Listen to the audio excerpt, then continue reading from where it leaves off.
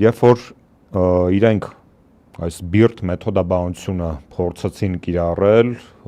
եւ փորձեցին տորպեդահարել անտիֆեյքի գործունեությունը, բնականաբար դա չստացվեց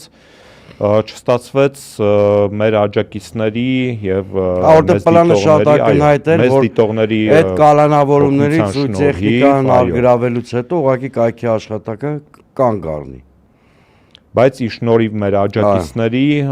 դա տեղի չունեցավ եւ մենք եւս մեկ անգամ շնորհակալություն ենք հայտնում ձեզ, սիրելիներս, առանց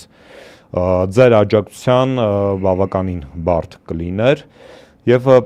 ինչն է այստեղ հետաքրքրական, հա։ Այս ռեժիմը, որը որ 2018-ին այդ իշխանազավթումը կատարում էր, ինքը դա իրականացնում էր արդարության, ազատության լոզունգները շուրթերին, ժողովրդավարացման լոզունգները, ազատագրային կլաններից, հիշում եք, բերեին արդարություն, ազատություն, բայց իրականում մենք տեսանք այն, որ սա ըստեյության այսպիսի ռեժիմներին հատուկ գործելավոճ է, երբ իբրև թե իրենք գալիս են իշխանության ազատարարների ձևաչափով, բայց հաստատում են այլանդակ ավտորիտարիզմ, իսկ այսօր մենք տեսնում ենք, որ Նիկոլ Փաշինյանի ռեժիմը ոչ միայն ինքը ավտորիտար է, այլև հստակ քայլերով գնում է դեպի արդեն ամբողջատիրություն։ Միանշանակ դա կարծում եմ ցանկացած քիչ թե շատ անաչառ մարդ կհաստատի, ու դա մի լոկալ դրվագով չենք տեսնում, մի ոլորտում չենք տեսնում,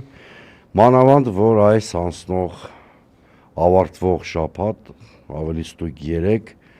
մեր պատմության հայտարարության իմաստով շրջադարձային իրադարձություններից մեկը տեղի ունեցավ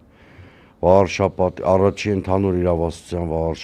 դատարանի Վաղարշապատի նստավայրում,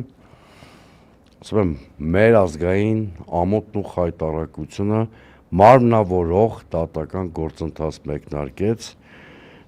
վեհափառ եւ բարձրագույն գերագույն խորհրդի ներկայացուցիչների հանդեպ, ընդհանրեն այն բանի համար, որ այս մարդիկ իրենց կանոնիկ լիազորություններն են կատարել։ Իդեպ ստեղ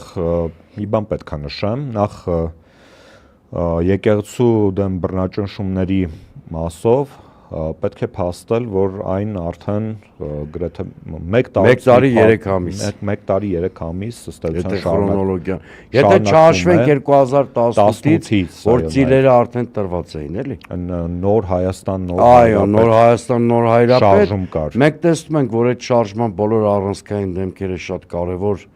առնվազն միջին օղակներում, շատ կարևոր դերակատարություն են ունենում,